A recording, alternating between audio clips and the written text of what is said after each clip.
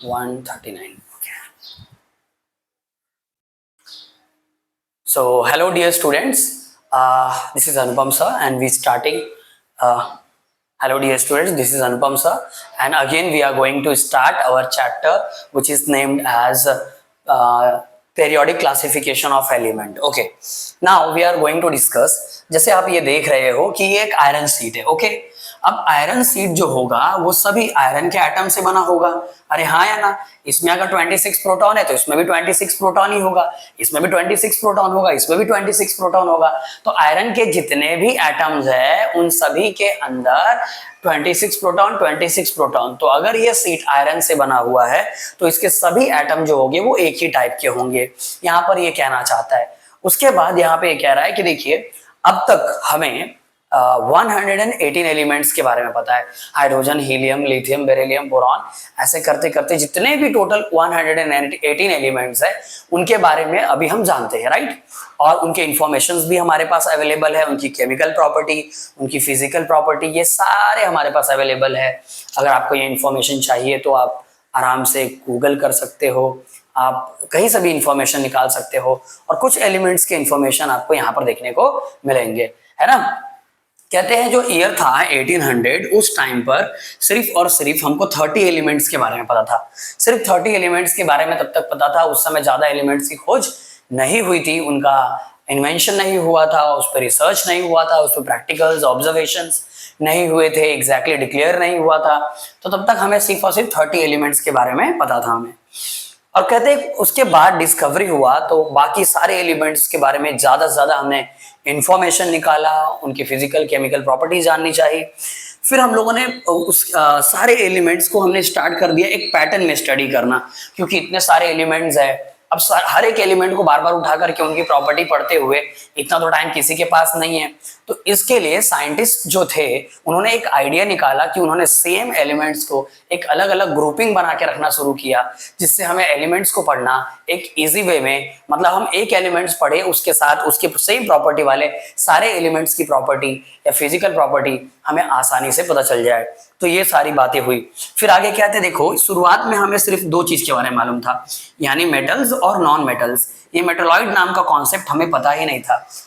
लेकिन फर्दर जब स्टडी हुआ, रिसर्च हुआ, तब जाकर के हमें मेटलॉइड्स के बारे में भी पता चला कि ये मेटलॉइड्स क्या है ना. जो मेटल और नॉन मेटल की प्रॉपर्टी दोनों रखता है उसे हम मेटलॉइड कहते हैं, जिसके बारे में आगे इंफॉर्मेशन हमें मिलेगा हमारे टेक्स्ट बुक में. आगे चलते हैं बच्चों. अब हम बात करते हैं एक डोबे राइनर ट्रेड. एक साइंटिस्ट ऐसे थे जो कि जर्मन साइंटिस्ट थे, है ना. और 1817 में इन्होंने एक प्रॉपर्टी दी, और उन्होंने ये प्रॉपर्टी दी कि आप जितने भी एलिमेंट्स उस समय उनको पता थे, उन्होंने क्या किया, सेम प्रॉपर्टी दिखाने वाले एलिमेंट्स को जिनकी सेम केमिकल प्रॉपर्टी थी. अब ये कैसे पता चला होगा, तो कुछ रिएक्शंस किए होंगे उन्होंने, और रिएक्शन करके उन्होंने ये देखा कि ये एलिमेंट इसकी जैसी प्रॉपर्टी दिखा रहा है, ये एलिमेंट इसकी जैसे प्रॉपर्टी दिखा रहा है. तो उन सभी को एक ग्रुपिंग करना उन्होंने स्टार्ट किया. और हुआ क्या, उन्होंने एक पैटर्न ऑब्जर्व किया. और देखो, तो properties of elements are related to their atomic masses. उन्होंने कहा कि जो भी एलिमेंट्स है उनकी जो प्रॉपर्टी है वो उनके एटॉमिक मास पर डिपेंड करती है. मतलब एटॉमिक मास से कुछ सिमिलैरिटी उन्होंने फाइंड आउट किया, पता लगाया. अब ये क्या फाइंड आउट किया उन्होंने, तो उन्होंने फाइंड आउट किया, देखो उन्होंने क्या किया कि ग्रुपिंग किया तीन एलिमेंट्स का with similar chemical property. Same chemical property दिखाने वाले एलिमेंट्स का उन्होंने ग्रुप बनाना शुरू किया. मान लो तीन सेम चीजों दिखाने वाले की उन्होंने पोटली बना दी और तीन एलिमेंट्स को इसके अंदर रख दिया.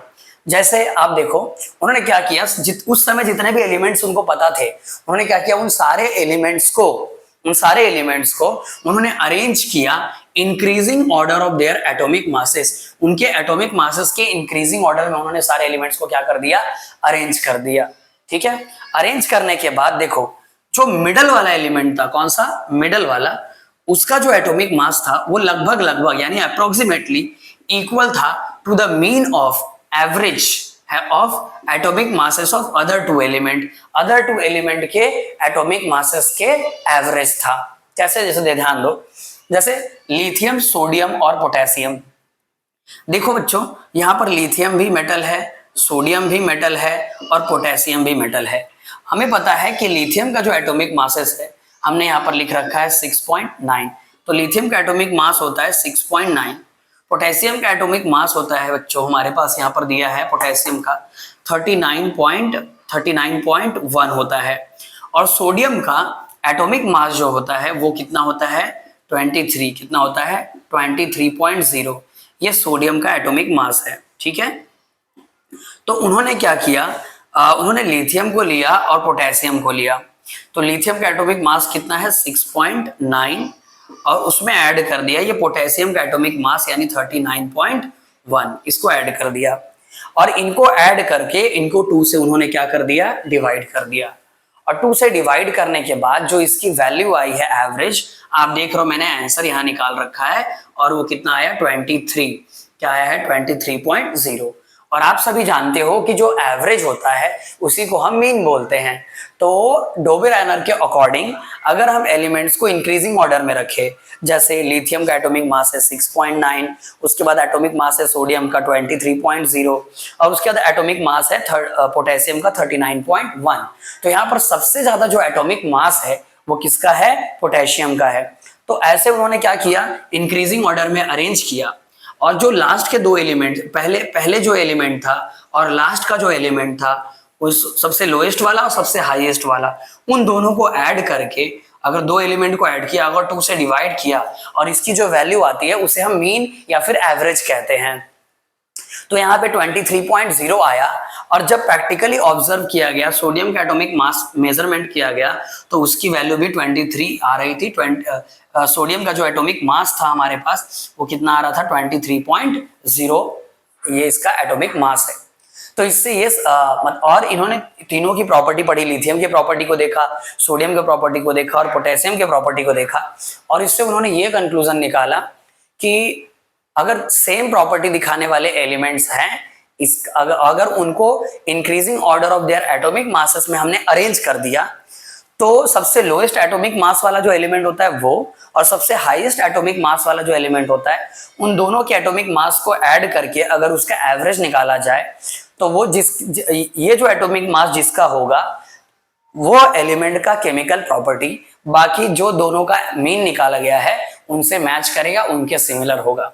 और ऐसे कर करके उन्होंने कुछ एलिमेंट्स को उनके increasing order of atomic mass में अरेंज किया और जो लोएस्ट है और जो हाईएस्ट है उसको ऐड करके वो थर्ड वाले के मीन निकाला और कहा कि इन तीनों का जो एटॉमिक मास है वो मतलब 2 का एटॉमिक मास ऐड करके एक तीसरे के एटॉमिक मास के इक्वल आ रहा है। और इन तीनों एलिमेंट्स को उन्होंने डोबेराइनर के ट्रेड नाम दिया, ट्रायड आप कह लो, स्पेलिंग प्रॉपर लिखना बस। तो डोबेराइनर के ट्रायड में आपको समझ में आया होगा कि उन्होंने क्या और कैसे अरेंज किया था। चलते हैं आगे टॉपिक पे और कुछ क्वेश्चंस आपको प्रैक्टिस के लिए दिया है और बॉक्सेस आपके बुक में बनाया हुआ है, उस बॉक्स में और भी सारी चीजें लिखी गई हैं, तो वो सब चीजों को भी आप नोट कर लेना, इंफॉर्मेशन को लिख लेना, आपको समझ में आएगा। और भी एग्जांपल्स दिए हुए हैं, उसको आप और अच्छे से समझोगे तो समझ में आएगा।